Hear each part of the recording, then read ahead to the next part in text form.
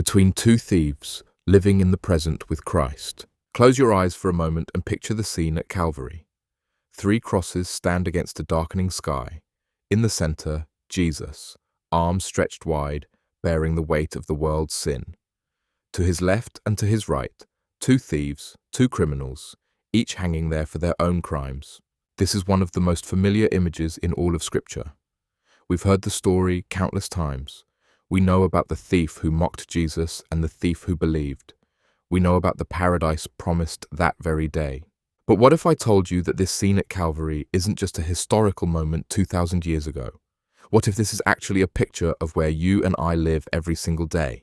Stay with me here, because over the next 40 minutes we're going to explore something profound.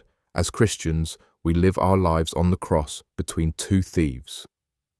Not the same 2 thieves from that day at Golgotha, but 2 thieves that are just as real, just as dangerous, just as determined to steal our peace, our purpose, and our presence. One thief whispers constantly about the future. What if this happens? What if that doesn't work out? What if you fail? What if you're not ready? What if everything falls apart? This thief wants to steal your today by filling your mind with anxiety about tomorrow. The other thief never stops talking about the past. Remember what you did. Remember what happened to you. Remember that mistake. Remember that hurt.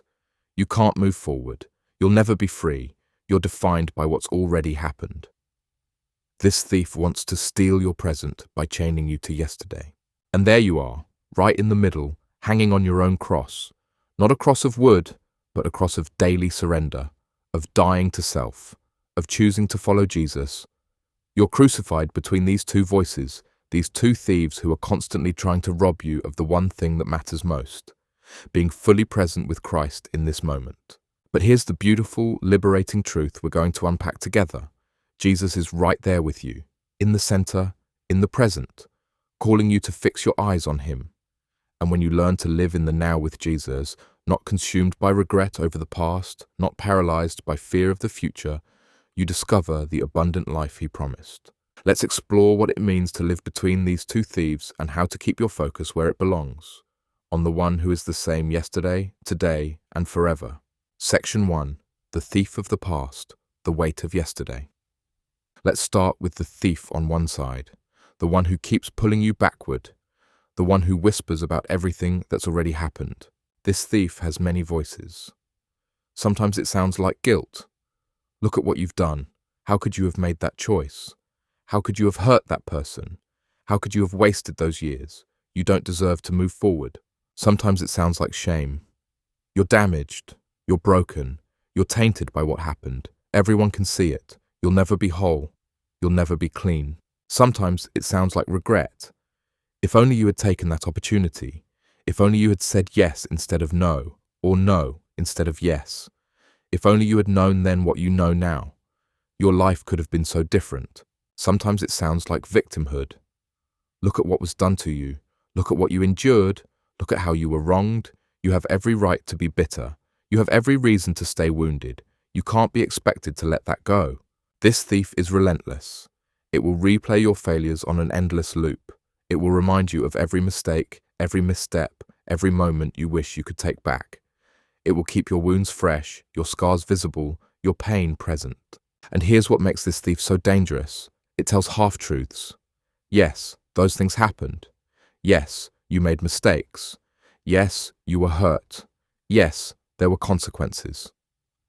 The past is real, but the lie is this, that the past has to define you, that you're stuck there, that you can't move forward, that you're forever marked by what's already occurred. The thief of the past wants you to live your entire life looking in the rearview mirror. It wants you to be so focused on where you've been that you miss where you are and where God is taking you. Think about how this plays out. You're in a conversation with someone today, but you're not really present because you're replaying a conversation from 5 years ago. You're at work, but you can't focus because you're thinking about the job you lost or the opportunity you missed. You're in church, but you can't worship because you're remembering the church that hurt you. You're in a new relationship, but you can't be vulnerable because you're still wounded by the old one. The thief of the past steals your present by convincing you that you're still living in yesterday. But listen to what Paul writes in Philippians 3:30 and 39. Brothers and sisters, I do not consider myself yet to have taken hold of it. But one thing I do, forgetting what is behind and straining toward what is ahead, I press on toward the goal to win the prize for which God has called me heavenward in Christ Jesus. Forgetting what is behind, not denying it, not pretending it didn't happen, but refusing to let it control you, refusing to let it define you, refusing to let it steal your present. Paul had a past. He persecuted Christians. He stood by while Stephen was stoned. He had blood on his hands. If anyone could have been paralyzed by guilt and regret, it was Paul. But he made a choice. I'm not living there. I'm pressing forward. And notice what he's straining toward. Not just a vague future, but a calling, a purpose, a prize, something God has for him that requires him to be fully present, fully engaged, fully alive in the now. That's what the thief of the past tries to steal from you. Your calling, your purpose, your ability to be fully present with God and with others today. Section 2, the thief of the future, the anxiety of tomorrow. Now let's talk about the other thief, the one on the other side, constantly pulling you forward into anxiety about what hasn't happened yet. This thief also has many voices. Sometimes it sounds like worry. How are you going to make it work? What if there's not enough? What if you can't handle what's coming? What if you're not prepared? Sometimes it sounds like control. You need to figure this out. You need to plan for every contingency. You need to have a backup plan for your backup plan. You can't let anything catch you off guard. Sometimes it sounds like comparison. Look at where everyone else is. Look at what they've achieved. Look at what they have. You're falling behind. You're running out of time. You're never going to catch up. Sometimes it sounds like catastrophizing. Something terrible is coming. You can feel it. It's just a matter of time. Everything you've built is going to come crashing down. You need to brace yourself. This thief keeps you constantly scanning the horizon, always preparing for disaster, always trying to control outcomes, always living in a state of low-grade or high-grade anxiety about tomorrow. And just like the thief of the past, this one tells half-truths. Yes, you should be responsible. Yes, you should plan. Yes, you should prepare. Wisdom is not the same as worry, but the lie is this, that you can control the future if you just worry enough about it. That anxiety equals readiness. That if you think through every possible negative scenario, you can somehow prevent them all. The thief of the future wants you to live your entire life in what-if mode. It wants you to be so consumed with tomorrow that you miss the grace God has given you for today. Think about how this manifests. You're with your family, but you're not really there because you're mentally rehearsing a difficult conversation you have to have next week. You're enjoying a good moment, but you can't fully relax because you're waiting for the other shoe to drop. You receive a blessing, but you can't celebrate because you're already worried about when it might be taken away. You're supposed to be resting, but your mind is spinning with all the things you need to do, all the scenarios you need to prepare for. The thief of the future steals your present by convincing you that you need to live in tomorrow in order to be ready for it. But listen to what Jesus says in Matthew 6:34. Therefore, do not worry about tomorrow, for tomorrow will worry about itself. Each day has enough trouble of its own. Do not worry about tomorrow. Jesus doesn't say ignore tomorrow or don't plan for tomorrow. He says don't worry about it. Don't let tomorrow steal today. Don't spend today's energy on tomorrow's challenges. And then he gives this profound reason. Each day has enough trouble of its own. In other words, today has what you need to deal with today. You don't need to borrow trouble from tomorrow. You don't need to add tomorrow's weight to today's load. Earlier in that same chapter, Jesus says, "Who of you by worrying can add a single hour to your life?" The implied answer is no one. Worry doesn't change outcomes. It doesn't prevent problems. It doesn't make you more prepared. It just steals your peace and robs you of the ability to be present. That's what the thief of the future tries to steal from you. Your peace, your rest, your ability to fully inhabit this moment that God has given you. Section 3, the cross in the middle, where you actually live. So here you are, hanging on your own cross between these two thieves. One pulling you backward into regret, guilt, shame, and the past you can't change. The other pulling you forward into anxiety, fear, control, and the future you can't control. And in the middle is your cross, the place where Jesus calls you to die daily, to surrender, to let go, to trust, to follow. This is the Christian life, not some idealized version where you're never tempted to look back or worry ahead, but the real, messy, daily reality of choosing, moment by moment, to stay present with Christ. Your cross is your life today. It's your circumstances right now. It's your relationships as they currently are. It's your work, your struggles, your joys, your opportunities, all of it, right here, right now.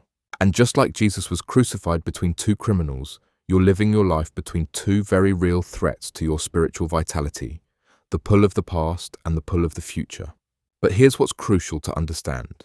You're not meant to get off your cross. That might sound harsh, but stay with me.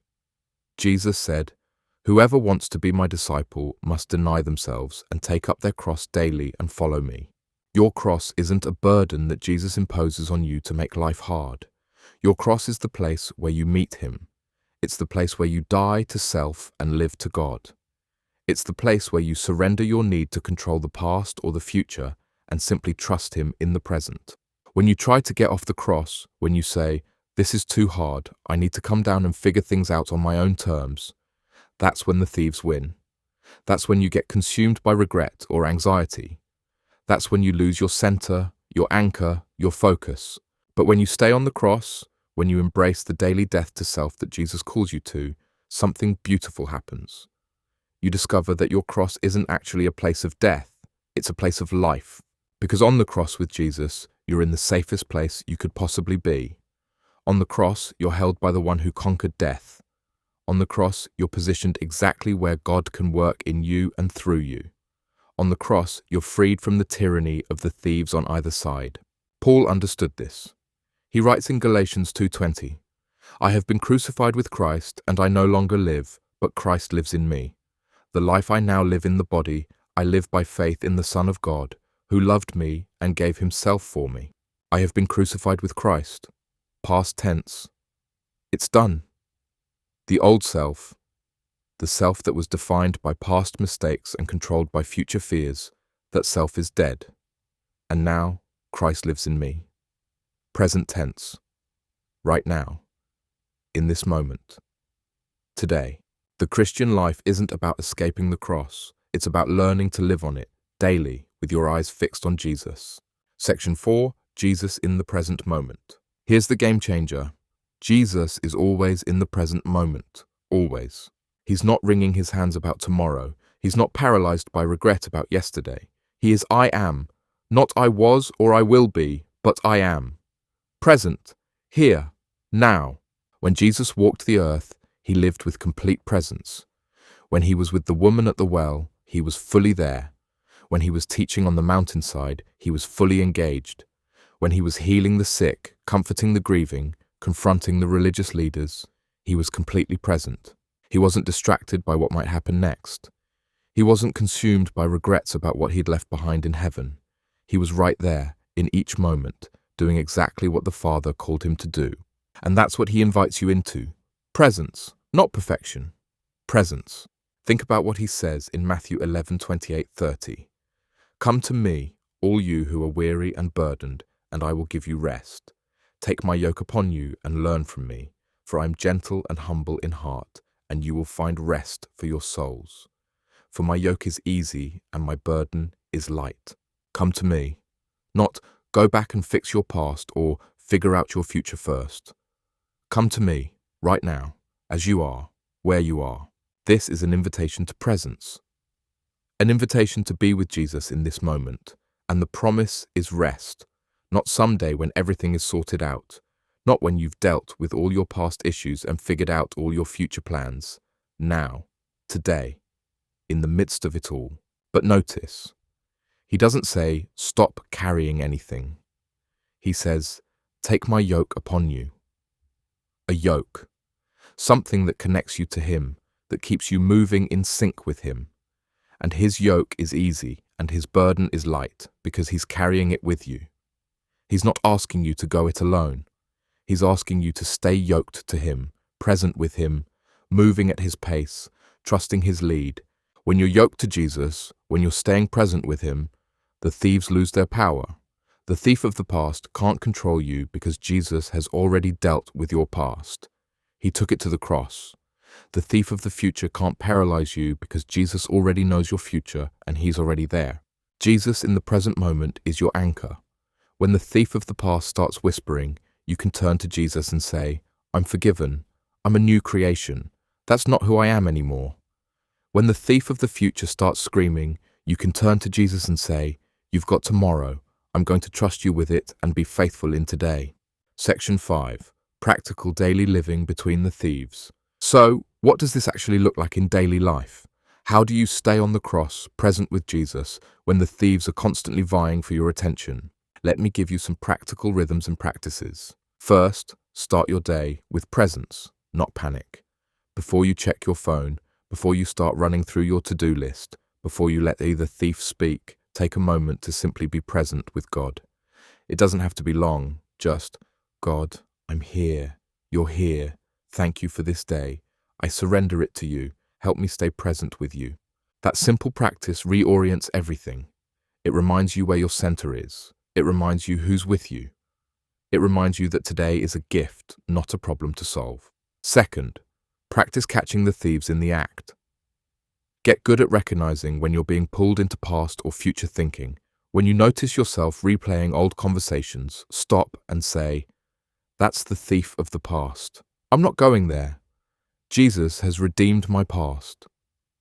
When you notice yourself spiraling into worst-case scenarios, stop and say, that's the thief of the future. I'm not going there. Jesus holds my future. This isn't about never thinking about the past or never planning for the future. It's about recognizing when that thinking becomes stealing, when it's robbing you of your present peace and presence. Third, bring everything back to today. Jesus taught us to pray, give us today our daily bread. Not weekly bread, not monthly bread, daily bread. The sustenance for today, the grace for today, the strength for today. When you find yourself overwhelmed, ask yourself, what does God require of me today? Not this week, not this year, but today. And then do that. Trust Him with tomorrow. Learn from yesterday. But live today. Fourth, practice gratitude in the present moment. Gratitude is one of the most powerful weapons against both thieves. When you pause to give thanks for what is, right now, you're choosing presence.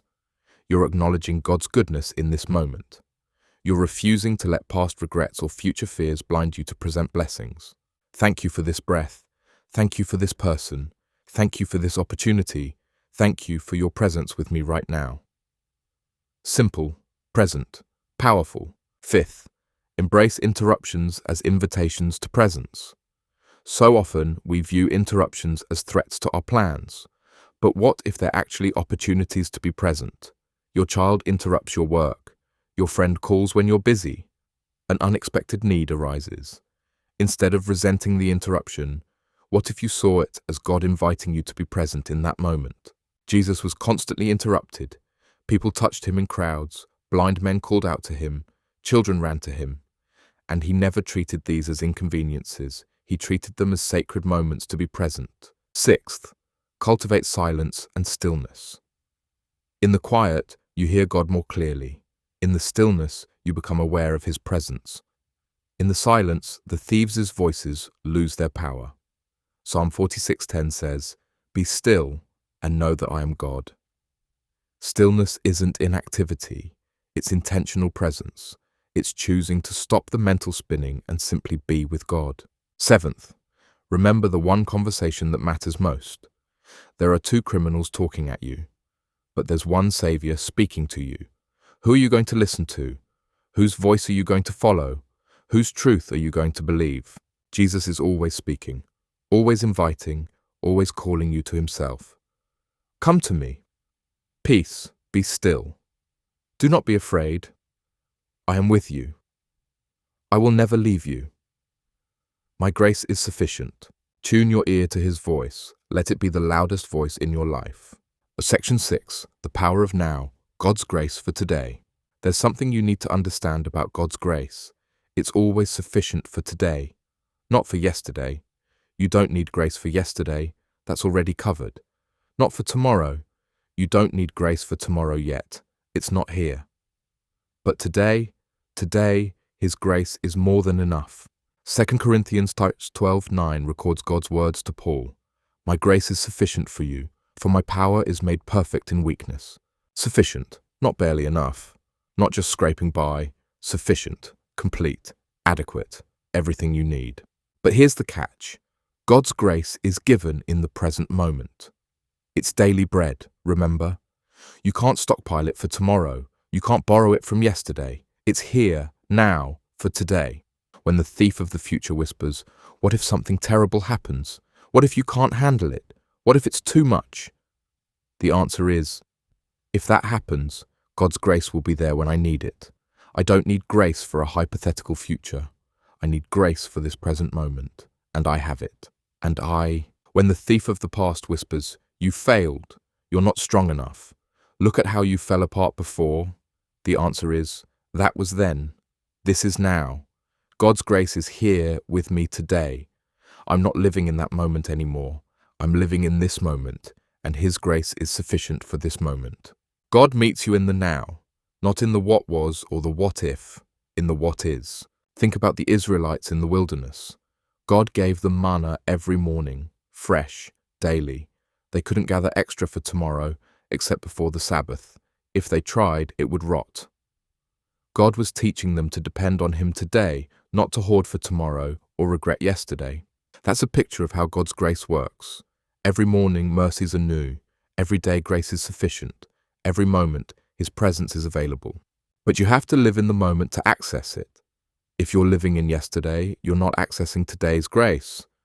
If you're living in tomorrow, you're trying to solve tomorrow's problems with grace that hasn't been given yet. Be here, now, with Jesus, and watch how His grace is more than enough for whatever this moment holds. Section 7. The Paradox of the Cross, Death that Leads to Life. Here's something beautiful and mysterious about living on the cross between these two thieves.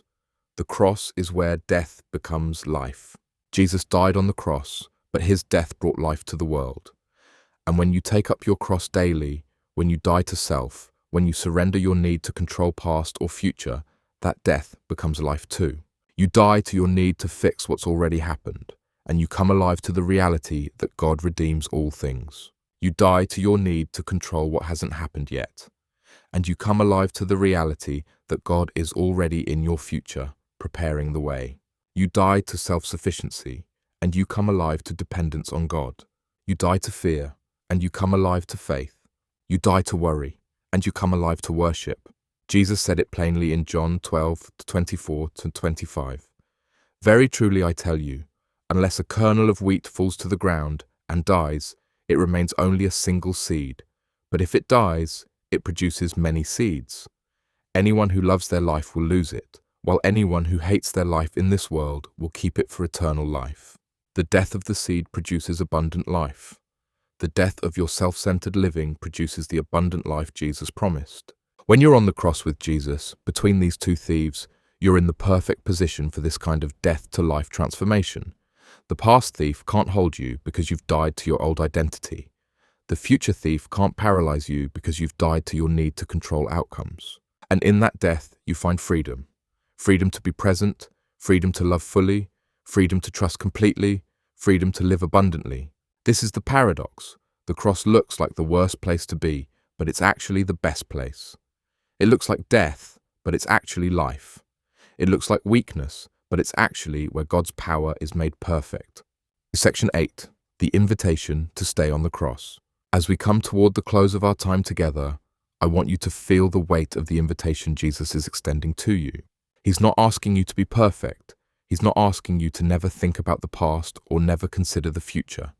He's asking you to stay on the cross with Him, to stay present, to keep your eyes fixed on Him while the thieves on either side clamor for your attention. This is a daily choice. Actually, it's a moment-by-moment choice. Every time the thief of the past starts talking, you have a choice. Will I go there, or will I stay here with Jesus? Every time the thief of the future starts shouting, you have a choice. Will I spiral into anxiety, or will I trust Jesus with tomorrow? You're going to have moments where you get pulled off center. That's part of being human. You're going to have days where the past feels overwhelming or the future feels terrifying. That's okay. That doesn't mean you've failed. It means you're alive, you're feeling, you're human. But you always have the option to come back to center, to come back to the cross, to come back to Jesus, to say, "Here I am again, Lord. I got distracted, I got pulled into yesterday or tomorrow, but I'm back, I'm here, I'm with you." And every time you do that, every time you choose presence over past or future, you're strengthening your ability to stay on the cross.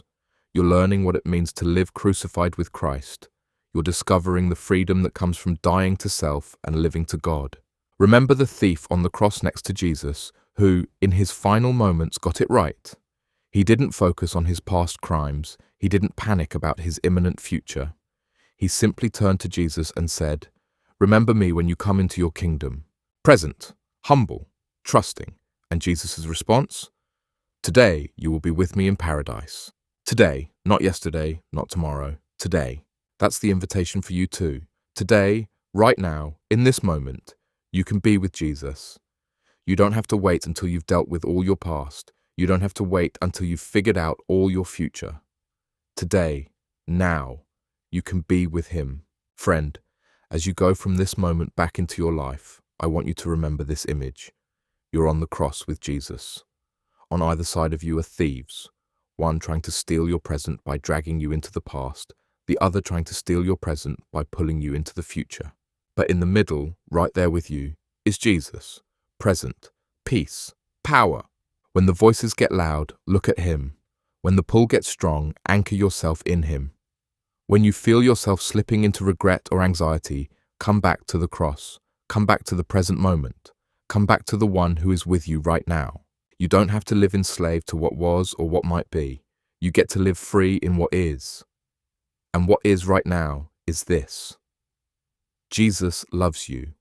Jesus is with you. Jesus has grace for you. Jesus is working in you and through you. Jesus has a purpose for you today. That's enough. That's more than enough. That's everything. So take a deep breath. Feel yourself right here, right now, not in yesterday, not in tomorrow, here with Jesus. And make the choice, as many times as you need to today, to stay on the cross with him, to stay present, to keep your eyes on the one who conquered death and who is teaching you how to live, really live, in the eternal now. The thieves will always be there, trying to steal your attention, your peace, your presence. But Jesus will always be there too, inviting you to look at him, to trust him, to rest in him, to live with him, right now, today, this moment. That's where life is found. That's where peace dwells. That's where you meet God. Between two thieves, on the cross with Christ, fully alive in the present moment. Stay there. It's the best place you could possibly be.